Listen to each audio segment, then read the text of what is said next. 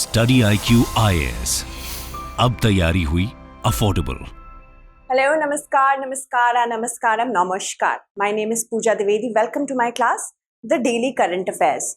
As always, I have tried to accumulate the important events of the past 24 hours, formulated in the form of preliminary questions, and I'm here to help you to tackle the UPSC Prelims 2024. We have read everything. We may have revised it multiple times. But if we do not learn the skill or develop a knack for the UPSC preliminary examination through constant MCQ solving, we may never be able to conquer prelims specifically. Why do I say this? Because it is all a game of continuous practice. Along with revision, if you have the constant practice, this insurmountable challenge of prelims can be conquered. Right now, the narrative that is going on in the UPSC industry is prelims is something that has become very vague. Although the current paper, UPSC Prelims 2023 paper, was pretty different from the rest of the previous year papers. But we cannot call it completely vague because yes, it did have a lot of change in trend, but still, if any student has conceptual clarity, they can do it. Okay, so we will try to develop conceptual clarity, factual knowledge, and the skill for UPSC Prelims 2023 through constant MCQ solving in this particular class. And do not just think that this class is relevant only for prelims. You will get facts for mains as well. Whatever I teach here, I expect you to be completely attentive in this class. Do not worry about note making because I provide the PDF every day with respect to all my classes and the daily current affairs as well. What I want from you over here is to be mindful. When it comes to prelims solving, it is much of a skill nowadays. So how to develop that skill, that is more important. Later on, you can look at the PDF for note purposes. So Pooja Dwivedi StudyIQ UPSC is the channel where you have to subscribe and I will provide you the notes. If you have any questions regarding the strategy or whatever I teach in my classes, you can talk to me directly on Instagram and I will definitely reply to you. Now, these are the many events that we have to cover today. First, let's talk about the fisheries sector. With respect to the fisheries sector in India, consider the following statements. 75% of fish production was contributed by inland fisheries and the rest 25% was contributed by marine fisheries. That means the 75% is caught within the borders of India, as in with respect to inland waters, we have lakes, ponds, rivers. So 75% is done through that. The remaining 25% is through the coastal areas. So first statement is trying to ask us that. Second, India is the third largest fish exporting country. Now this is completely data based. This is concept based. If you know what kind of resources we have in India, and through that, if you have the conceptual clarity, like yes, we do have lots of rivers, we do have resources for inland fisheries, but not a lot for coastal fisheries, then you can do the first statement really well. Second is completely data based because we are talking about numbers here. So see, concept and data, concept and fact. The largest fish producing state in India is Andhra Pradesh. This is completely data based fact. So what do we have to see? How many statements given above is or are correct? Now, as you saw that this is not just a mindless reading of the whatever has been written on the board, but I am trying to show you how UPSC asks us question by amalgamating not only the concept but also the facts. So first statement is definitely correct. 75% of the fish production is sourced through rivers, lakes, ponds or maintained aquatic systems, reservoirs as well. So 75% we get from inland fisheries. 25%, the remaining percentage comes from the coastline. This is something that the government is trying to improve because India has a huge coastline. If we are not going to capitalize on that, we will be at a loss. So that is why first statement is correct and we are trying to revamp our system. So first is definitely correct. Second is incorrect. Why? Because we are the fourth largest fish exporting country, but we are the third largest fish producing country. We produce a lot, but when it comes to exporting, we are the fourth largest. So most of them goes into domestic consumption. Second is incorrect because of this. Then the largest fish producing state in India is the state of Andhra Pradesh. This is definitely correct. First, correct. Second, incorrect. Third, correct. So is R correct? That means how many statements? 2 only will be the correct answer. The Union Minister for Fisheries has said that India has the largest marine resource to compete in the global fisheries sector. That means we have our inland fisheries and coastal fisheries. We do have the largest resource, but right now we are not able to capitalize on it perfectly. And the government has allocated a maximum of more than rupees 38,000 crore in the development of the fisheries sector. Specifically, if we talk about any scheme, that is Pradhan Mantri Matsya Sampada Yojana. This is going to be having an investment of 20,050 crore rupees that is to be implemented for the 5 years from fiscal year 2020-21 to fiscal year 2024-25. So this is completely fact-based. You have to remember the facts, but those facts should be built on conceptual clarity. The focus of this particular scheme is myriad, such as focused and sustainable approach to cluster-based system. That means this should be environmentally sustainable. We can do it for a longer period of time, and it should be divided into different clusters, different pockets, where we can have a little flexibility of the policies. Some places may tend to be more environmentally prone to any sort of disaster other than the other places. So that is why we have to approach this particular sector in a cluster wise manner. Also, we have to create fisheries clusters through backward and forward linkages, such as, first of all, how to maintain the fisheries, the aquaculture system, how to make it environmentally sustainable, how to store after harvesting the fishes, how to store them, how to have the supply chains. So that is backward and forward linkage.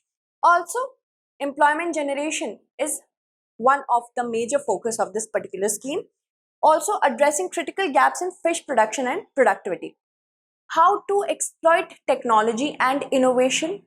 How to ensure that we are harvesting and storing the fishes in a sustainable manner. How to ensure the environment is not getting harmed, and how to ensure that supply chains are developed in such a manner that these perishable commodities can be exported to different countries. Also, consolidating the achievements of the Blue Revolution, that means revolutions with respect to the water, and bring new interventions as well. India is the third largest fish producing country, consisting of 8%. Remember this fact, 8% of the global production. As we have a huge coastline, we have to ensure we have much more share in the global production.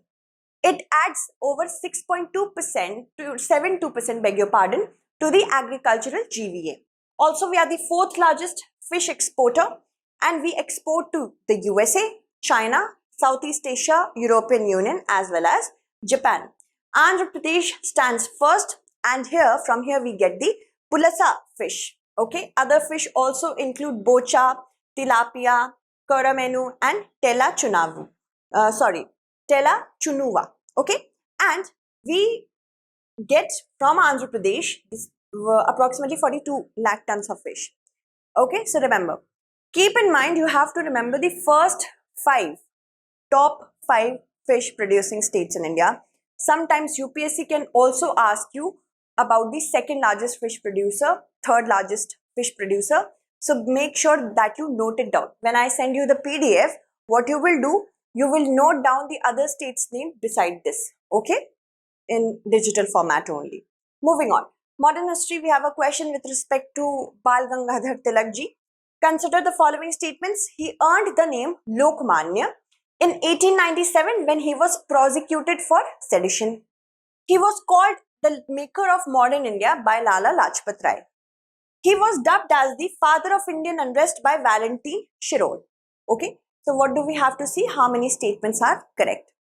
Bal Gangadhar Tilak's death anniversary is about to be on the 1st of August this year, and it will be the 103rd death anniversary of Bal Gangadhar Tilak. Bal Gangadhar Tilak was an ardent and a staunch Indian nationalist. Apart from many other important achievements that he did, was to raise the voice against the British. For his policies, the British prosecuted him under the Sedition Act, and of course, Gandhiji after that became a fan of him. When he was prosecuted for sedition, he earned the title Lokmanya, that is, beloved of the people, in 1897. So that is definitely correct. He was called the maker of modern India by none other than Mahatma Gandhi and not Lala Lajpat Rai ji, although with Lal, Bal and Pal. This triumvirate was one of the most important triumvirates of the world. Then he was dubbed as the father of Indian unrest by the British, specifically by the journalist Valentine Shirol. Okay, so first is correct, second is incorrect, third is correct. 2 only will be the correct answer. Prime Minister Narendra Modi will be conferred by the Lokmanya Tilak National Award in Pune on August 1st, and this will be given for his supreme leadership. Under his leadership, India has risen to such a zenith that it puts India on an unprecedented place in the global map. So, on August 1st, we have the 103rd death anniversary of Bal Gangadhar Tilak ji, and this award is given by or conferred by the Tilak Smarak Mandir Trust. Okay, and it is presented annually. It will be given to the Prime Minister Narendra Modi of India, of course, and he will be the 41st recipient of this award. This award consists of a citation and a memento. Also, previous year, senior scientist Tessie Thomas, she was conferred upon by this particular award. She is also known as India's Missile Woman because of her involvement in the project as the project director in the Agni 4 and Agni 5 missile system, which made significant strides by India possible when it comes to defense technology. Apart from them, Indira Gandhi, Atal Bihari Vajpayee, Sharad Pawar, Rahul Bajaj, Cyrus Poonawalla and Manmohan Singh. These have also received this particular award. Now let's talk about Lokmanya Tilak. He was born on July 23rd, 1856 in Ratnagiri, Maharashtra, and died on August 1st, 1920, then Bombay, now Mumbai. And he was a scholar, mathematician, philosopher, as well as an ardent nationalist. He founded and also served as the president of the Indian Home Rule League in 1914. He wanted for India to have its own ambitions through this home rule. That means we must govern ourselves. Later on, it was dubbed as Swaraj. And in 1916, he concluded the Lucknow Pact with Muhammad Ali Jinnah, which was a manifestation of Hindu-Muslim unity. He established the Deccan Education Society in the year 1884. Through this, he wanted to educate the masses, specifically in the English language. That does not make him an anti-national, because back then he thought that the ideas, specifically anti-colonialist, colonialist ideas, could be disseminated through the English language only. Later on, he ensured that everything reaches to the masses through 2 weekly newspapers. We have the Kesari or the Lion, it is dubbed in Marathi, and the Maratha was in English. Through these 2 weeklies, he criticized the British policies, the colonial structure of the British. Not only that, he also launched attacks on the moderate nationalists who advocated social reforms on Western lines and political reforms along constitutional lines. Why? Because he thought if we are just going for social reforms, it will divert the attention from political reforms. So this could be a good preliminary question. Okay, let's move ahead. He was prosecuted for sedition and he was sent to jail in 1897, although he was released after 18 months. And the trial and the sentence led the people to name him as Lokmanya. Mahatma Gandhi considered him to be the maker of modern India, and by the British, specifically the journalist Valentine Shirol, he was named the father of Indian unrest. Moving on. Now we have launched our P2I batches from 10th of July. These are morning batches. Tomorrow, that is 12th of July, we are closing all the 3 batches. If you have to take admission in these batches, please do it because we have less than 12 months now for UPSC 2024. I want to be the guide through these particular batches. In the English section, I will take up international relations. If you want to enroll, please do it as soon as possible by using the code PDLive. You will get this code at 29,999 only. Not only classes plus the study material, but you will also get prelims test series, mains test series, daily answer writing practice, and a mains residential program for those students who are going to qualify prelims 2024. You will be called to the StudyIQ campus to be guided for mains examination. Now, let's begin with another question for polity. With respect to the Protection of Children from Sexual Offences Act, consider the following statements. It is only applicable to child survivors and adult offenders. There is no punishment under it for making false complaint or proving false information with malicious intent. The intent to commit an offence, even when successful for whatever reason, needs to be penalized under it. So, how many statements given above is or are not correct? Seldom it happens that we miss out on the word not and we end up marking the wrong answer. So, don't do that. This is why practice is very important. Now, first statement with respect to POCSO Act of 2012, which was later on amended in 2019. First statement is definitely correct because here we are talking about the victim or the survivor to be a child. That means a person who is less than the age of 18 years or 18 years. And the offender has to be an adult. If both the offender and the survivor, if both are children, then Juvenile Justice Act comes into place. If the offender is a child and the survivor or the victim is an adult, then also Juvenile Justice Act will come into the picture. Okay, so remember that. First is correct for that very reason. And if any false statement is registered, then there is a provision for light punishment for 6 months. Okay, and this is there to discourage people, to discourage malicious intent, and that is also very important for us to know about this particular act. So, first is correct, second for that very reason becomes incorrect.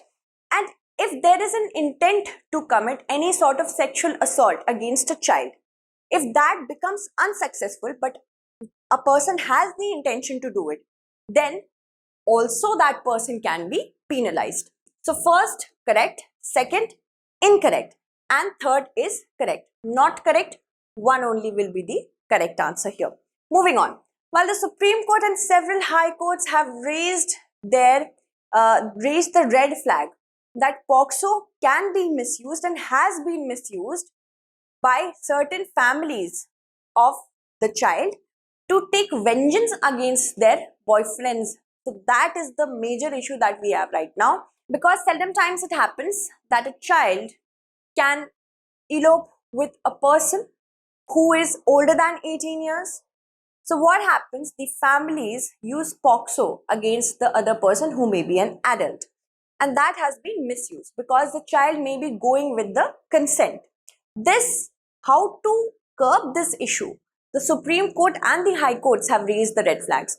But right now, the Law Commission does not seem to be in alignment. That means it doesn't want to go below the certain threshold that we have for consent, that is 18 years. Japan has also raised the age of consent. We have read about it, right? POCSO Act 2012 was brought into the picture when there were rampant cases of child abuse. It wanted to protect the children from sexual assault, from sexual harassment, and also pornography. It provided for the establishment of special courts of trial so that the child's welfare can be of paramount importance. At every stage, the child has to go through so much when it comes to investigation, when it comes to, being summoned by the trial court. So in order to ensure that child's safety is of paramount importance, this has to be done. Also, it was amended in 2019 so that there could be enhancement of punishments. This is a gender neutral act. What does it mean? It means that the perpetrator can be either a man or a woman, and the child can be either a girl or a boy. Okay, that is why this is gender neutral. It defines a child as a person who is below the age of 18 years. It defines different forms of sexual abuse, from penetrative sex to harassment to assault, even to pornography. People who traffic children for sexual purposes are also punishable under this particular act. It defines child pornography as any visual depiction of sexually explicit conduct that involves a child. That could be a photograph, a video, digital or computer generated image which is indistinguishable from an actual child. That means if artificial intelligence is used for such purposes, then also it will come into the picture. Then an image which is created, adapted or modified but appear to depict a child, although it may not be a child actually, but if morphing of the photos take place in such a manner that it looks like a child, then also it could be covered under this particular act. The intent to commit an offense even when it is unsuccessful, that has to be penalized. It is only applicable to child survivors and adult offenders, as I told you. If two children are involved having sexual relations with each other, that means two children below the age of 18 years having consensual sex, then they will be considered under the Juvenile Justice Act of 2000. And if the case involves a child perpetrator, that means a person who is below the age of 18 years has perpetrated a crime against any person who is above the age of 18 years, then Juvenile Justice Act will come into the picture. Punishment has been provided for making false complaints, but it is for just 6 months. But if false complaint is made against a child, that if it is said that the child is a perpetrator, then the punishment is higher, that is of 1 year under section 22. Next, with respect to the GST Council, which of the statement is not correct? Which of the statements is not correct? First, it is a statutory body. It has its secretariat in New Delhi. It has 33 members, out of which just 2 members are from the center, and the finance minister is the chairperson of the GST Council. If you are in touch with current affairs, option D can definitely be eliminated, because we have read so many times that Srimati Nirmala Sitharaman is presiding over the GST Council meeting. So that makes the fourth statement to be correct. It has its secretariat in New Delhi. This is also definitely correct. If you have conceptual clarity of this particular question, you can easily answer this question. Why? If you remember, then a constitutional amendment had to be done to create GST. And in order to take care of GST, we had to create a GST Council. And that was under Article 279A. How can then GST Council be a statutory body? Because statutory bodies are bodies which are created under an act. GST was created using amendment of the Constitution. That makes first statement to be incorrect. It's a constitutional body. Remember that. And yes, it has 33 members. Most of the members are from the states and the union territories. 31 members are from states and union territories, out of which 28 are from states and the remaining 3 are from the union territories of New Delhi, Jammu and Kashmir and Puducherry, because these 3 union territories have legislative assemblies and remaining 2 are from the center. So C is correct, B is also correct, D is also correct. Option A is not correct, as in if we have to select the not correct statement, then option A will be the correct answer here. The 50th GST Council meeting is being held today in New Delhi, and there are many things on the agenda, such as taxation on online games, casino and horse racing, tax exemption on food and beverage that are sold inside the cinema halls. Now, good for you. Medicines that cost rupees 36 lakh may get exempted from tax. Exempt GST on import of cancer drug, which is by the name of Dinutuzumab. tax exemptions on satellite launch services so that private sector can also get involved heavily. GST could also be levied on MUVs and SUVs. Reimbursement of full CGST and 50% IGST in 11 hill states under the scheme for budgetary support. So these are the agendas. The GST Council is a constitutional body. I have already told you that. Why? It's responsible for making recommendations on different issues related to the GST. The first meeting of the GST Council was held in the year 2016. It makes decisions with respect to what subjects have to fall within which tax slab, that means tax rates, which particular goods are to be exempted and the threshold, and administrative procedures as well. So remember that administrative procedures are also taken care of by it. During the meeting, the GST Council decision is done through consensus based, but majority prevails. Every decision of the GST Council shall be taken by a majority of not less than 3/4 of the members present and voting. Remember this, please. This is completely fact-based. And out of which the states have a heavier share. States have the weightage of 2/3 of the total votes, of course, and the center has 1/3. That shows cooperative federalism. That means we are cooperating, the union is cooperating with the states, with the federals. That is why this is cooperative federalism. It's a manifestation of cooperative federalism. The GST has 33 members, 2 are from the center, 31 are from the union territories and states, 28 states and 3 union territories. This is the division. With respect to the open market sales scheme, consider the following statements.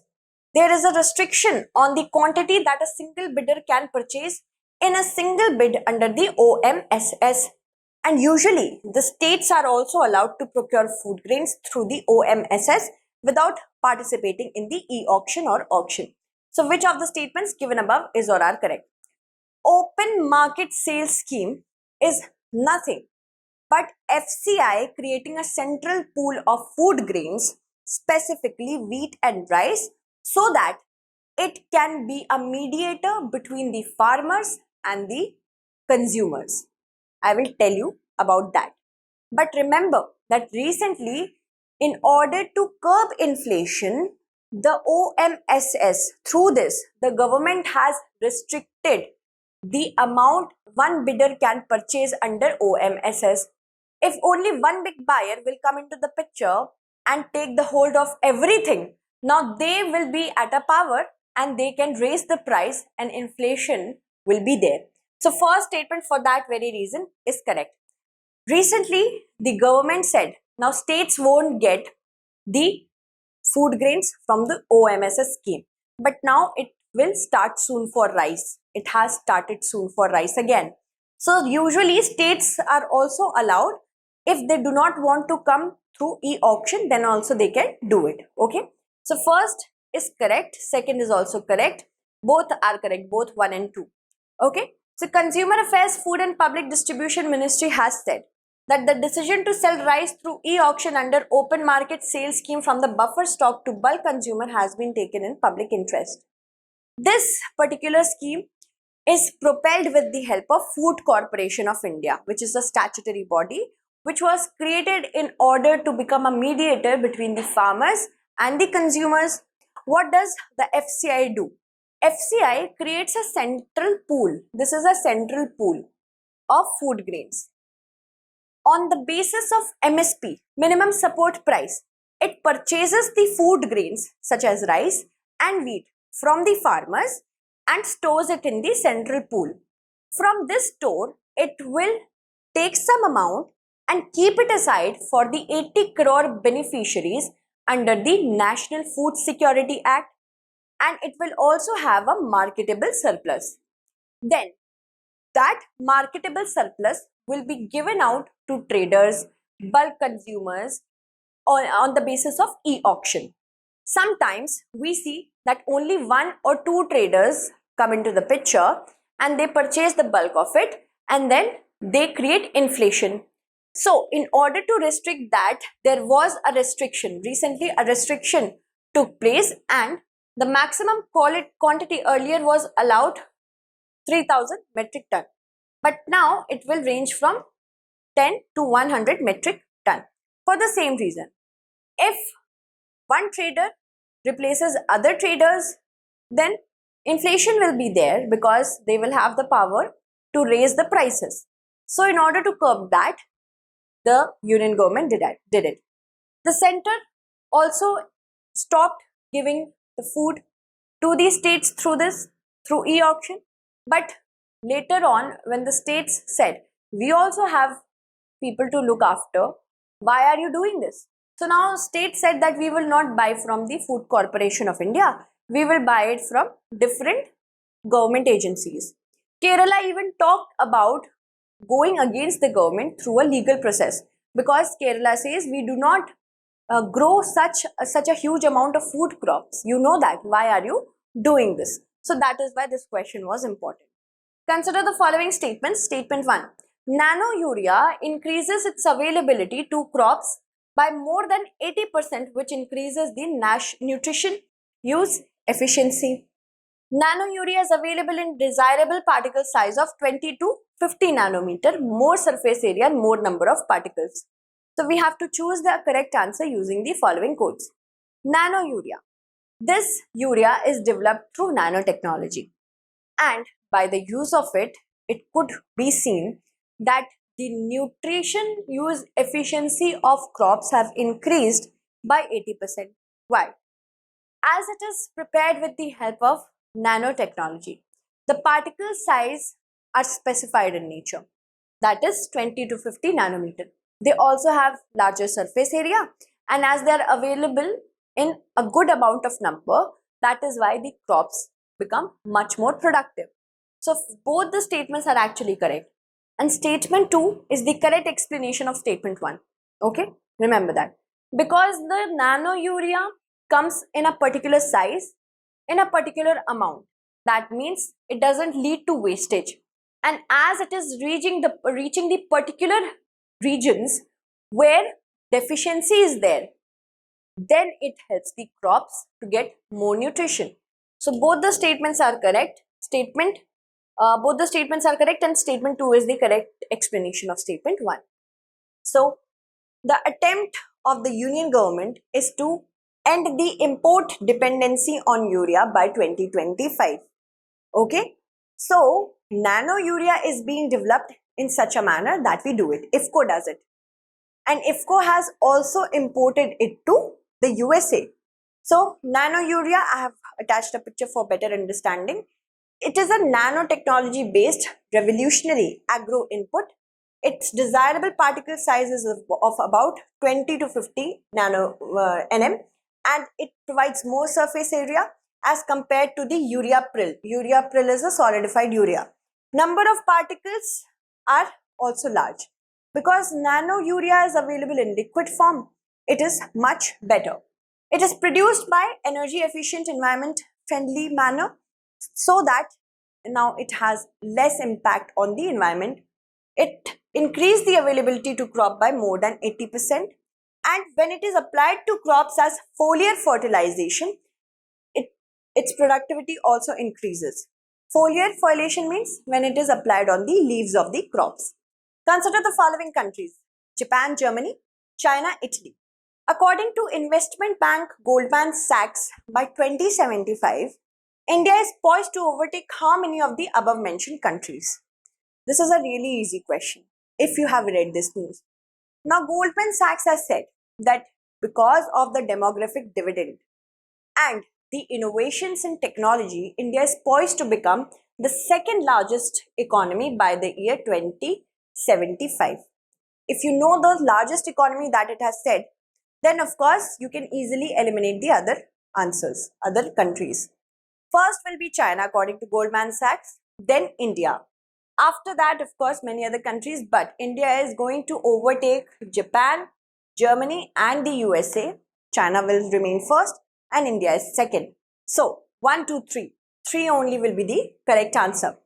Goldman Sachs is an investment bank and it has said that India will become the world's second largest economy by the year 2075. It will cross Japan, Germany and the US. India has a population of 1.4 billion. That means we have a lot of demography. We can, if we go in the correct direction, if we capitalize the humans, if we develop the humans in such a manner, that they are also a part of the GDP process, then we can achieve remarkable things. India will reach $52.5 trillion, surpassing the US's GDP projection. Because of not only the population, but innovation and technology, we have higher capital investment and rising worker productivity, the upskilling. These are the factors which will lead India to different glories. First is, as you can see, China, then we have India, then the USA, then European Union countries, Japan stands here. So I hope this is true. That's it for today. I will provide you the PDF of the class on my Telegram channel. Do subscribe to it. Thank you so much for watching. StudyIQ IAS. अब तैयारी हुई affordable.